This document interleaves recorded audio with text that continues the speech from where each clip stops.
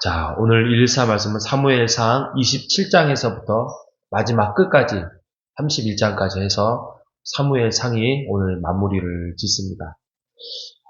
오늘 27장에서 31장까지의 주된 테마는 다윗이 계속 도망자로 합니다. 그래서 좀 다윗의 실수도 나오는데 다윗이 도망을 하더라도 그 유대 땅에서 국내에 머물러야 되는데 좀 위험하다고 해서 해외로 도피하는 장면이 나와요. 그래서 잠시 망명하고 있다가 어려운 일에 처한 상황에 있는 부분이 있고요.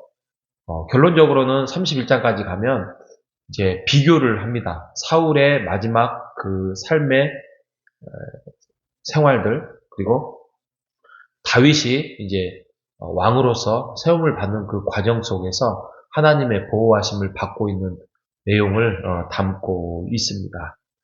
27장에 가면 다윗이 어떤 실수를 하냐면 도망을 다니더라도 국내에 머물러야 되는데 그 블레셋 나라로 도망을 합니다. 블레셋이 어떤 나라죠? 골리앗과 그 싸움에서 다윗이 그 가장 유능한 용사였던 골리앗을 이기고 결국에는 다윗의 승리로 해서 이스라엘이 점점 부강하게 될 수밖에 없는 상황으로 된 거에서 어떻게 보면 블레셋 입장에서는 다윗이 철천지 원수가 됐죠. 그런데 그 아기스 왕한테 도망을 가지요. 그래서 거기서도 이제 신하들이 패가 나누어지죠. 야, 이거는 첩자다. 뭐 그러면서. 그런데 아기스 왕이 어떻게 보면 하나님이 눈을 어둡게 했는지 모르겠지만 그냥 신뢰합니다. 그런 상황이 이제 있었고 28장에 가면 블레셋의 침입을 하는 그 와중에 사울이 다윗을 쫓아다니면서 블레셋이 침입을 합니다. 그래서 사울이 다윗을 쫓는 거에 대해서 잠시 포기를 하게 되죠. 이게 왕입니까? 나라를 지키고 나라를 부강하게 해서 백성들을 돌보고 또 외세의 침입을 막아야 되는데 외세 침입이 온들 오직 다윗 하나만을 쫓아다니는 그 사울의 어떤 눈먼 이제는 마음도 모든 것도 눈먼 그런 상황에 놓여 있습니다. 근데 재밌는 게 28장에 여기서 죽은 사무엘이 나와요. 죽은 사무엘이 지금 어떻게 해야 될지를 모르는 사울이 사무엘을 이렇게 불러요. 불러가지고 진짜 사무엘이 나타납니다. 죽은 사무엘이. 그래서 여기서 이제 신학적인 해석이 아주 혼란스럽게 나와 있지만 우리가 일반적으로 하나님의 일하시는 방법을 보면 죽은 자가 나오지는 않습니다. 그 어떤 상황에서든지 창세전에 죽은 자가 나오지는 않습니다. 근데 유일하게 이 사무엘이 그 신접한 여인이 부르니까 부르죠. 보통 이것들 그냥 하나님의 일하심은 능력이 제한이 없잖아요. 그래서 뭐 은혜를 베풀었다는 게 아니라 마지막으로 선포를 하죠. 너는 하나님이 떠났다. 그리고 그 이유는 하나님의 목소리를 청종하지 않았다. 내일쯤이면은 너도 사무엘과 똑같이 죽음을 맞이할 것이다라고 예언을 하는 장면이 나오죠. 사무엘의 나타남이 이게 무슨 귀신의 어떤 사단의 그런 해석도 있습니다. 그런데 그냥 폭넓게 하나님이 마지막으로 예언적인 사울에게 했던 내용이다. 이렇게 생각을 하시면 되는데 일반적이진 않습니다. 29장에 가면 이제 다윗과 이스라엘 전쟁에서 블레셋 방백들이 반대를 하죠. 분명히 전쟁에 같이 다윗과 나가면 우리에게 복수를 하고 우리에게 뒤통수를 칠 자입니다. 그래서 함께 가면 안 됩니다. 함께 가면 안 되죠. 왜냐하면 어떻게 해서 앞으로 왕이 될 사람이 유다민들하고 싸움을 할 수 있겠습니까? 아무리 블레셋에 지금 현재 망명해서 군대 어떤 신하로 있다고 해서 싸우면 이건 큰일 날 일이죠. 근데 하나님께서 이를 막으시지요. 30장에 가면 아말렉에게 복수하는 장면이 나오죠. 아말렉을 통하여서 하나님이 다윗을 통하여서 전쟁에서 승리하는 내용이 나오고요. 마지막에 31장에 보면 하나님 앞에 버림받은 사울의 왕의 최후를 맞이하게 됩니다. 여러분, 뭐 짧게 제가 28장에서 31장까지 설명을 했는데 이게 어떻게 관점에서 봐야 되냐면 다윗이 잘못한 것도 있어요.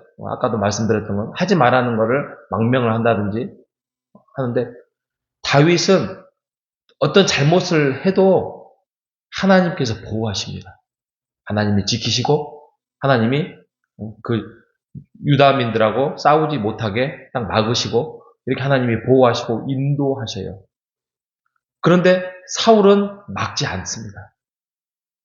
뭐 어떤 부분을 뛰어넘을 정도로 어떤 질서를 뛰어넘을 정도로 이렇게 나타나는 역사들이 일어나요. 이러면서 하나님께 순종하고 하나님을 따르는 자의 삶의 인생을 우리가 볼 수 있습니다.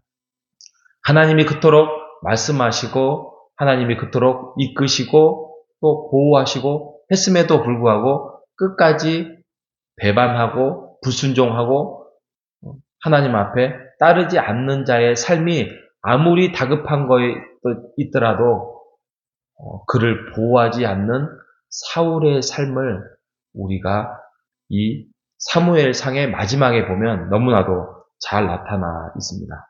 한번 보십시오. 28장은 사울을 지금 설명하고 있고요. 29장은 다윗의 내용을 설명하고 있고 30장도 그렇죠. 그리고 31장에 가면 또 사울의 죽음을 말씀하고 있습니다. 이게 지금 재밌는 게 막 지그재그로 설명을 하고 있어요. 사울의 인생, 다윗의 인생. 이걸 막 지그재그로 마지막에 막 설명을 하고 있습니다. 그러면서 이 사무엘상이 말하고 싶은 거는 하나님을 존중히 여기고 하나님께 순종하는 자는 하나님이 그의 가정을 지키시고 보호하신다는 메시지를 알려주고 있는 것입니다.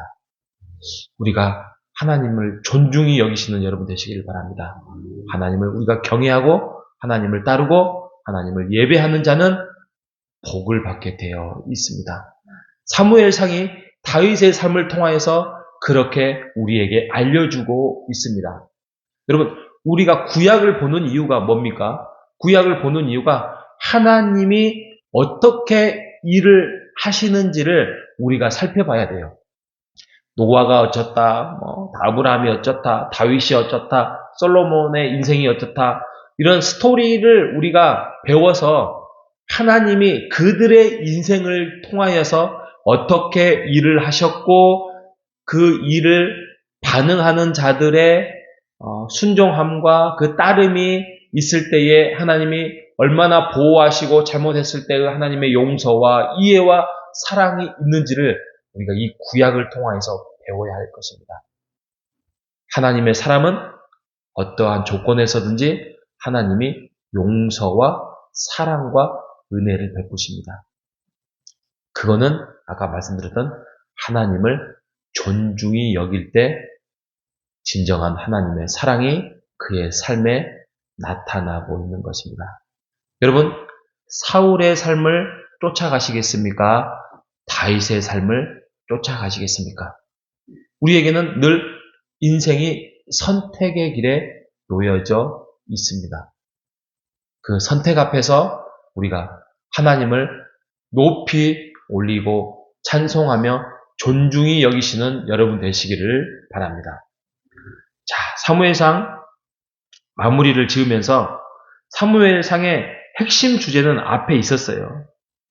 2장 30절에 가면 제가 한번 읽어볼게요. 이렇게 합니다. 사무엘상 2장 30절에 그러므로 이스라엘의 하나님 나 여호와가 말하노라 내가 전에 내 집과 내 조상의 집이 내 앞에 영원히 행하리라 하였으나 이제 나 여호와가 말하노니 결단코 그렇지 아니하리라. 나를 존중히 여기는 자를 내가 존중히 여기고 나를 멸시하는 자를 내가 경멸하리라. 아멘. 이게 지금 엘리 집안과 앞으로 이제 사무엘과 다윗의 삶을 하나님께서 비교하면서 말씀하고 있는 말씀입니다. 그렇죠? 내가 존중히 여기는 자를 하나님이 나도 너희를 존중히 여길 것이요. 나를 멸시하는 자를 하나님이 나를 멸시하는 자를 내가 그의 가정을 경멸하리라 라고 말씀하고 있는 것이 사무엘상의 주제입니다. 우리의 가정은 하나님을 존중히 여기고 하나님을 경외하고 사랑하는 우리 모든 가정이 되시기를, 그래서 하늘의 복을 많이 받으시는 우리의 호산나 교회 가정이 되시기를 주님의 이름으로 축복합니다. 하나님 감사합니다. 말씀의 길잡이를 주시고 하나님의 뜻이 무엇인지 하나님의 말씀을 우리에게 알려주시고자 하는 내용을 다윗의 인생을 통하여서, 사울의 인생을 통하여서 알려주셔서 감사합니다. 하나님, 우리가 하나님을 경외하고 하나님을 사랑하고 하나님을 존중히 여기고 인생에서 1순위로 여기는 것에 대해서 우리가 게으르거나 악한 마음을 품거나 잘못된 길로 선택하지 않도록 우리를 이끄시고 보호하시고 우리가 그 길에 잘 선택해서 걸어가는 자가 되게 하여 주시옵소서. 우리가 죄를 범하려고 할 때에 하나님께서 다윗을 보호하고 지키셨던 것처럼 우리의 마음을 지키시고 우리의 삶을 지켜주시옵소서. 그래서 하나님 앞에서 온전하게 잘 섬기고 살아가는 자들이 될 수 있도록 주여 인도하여 주시옵소서. 살아계신 예수님의 이름으로 기도합니다. 아멘.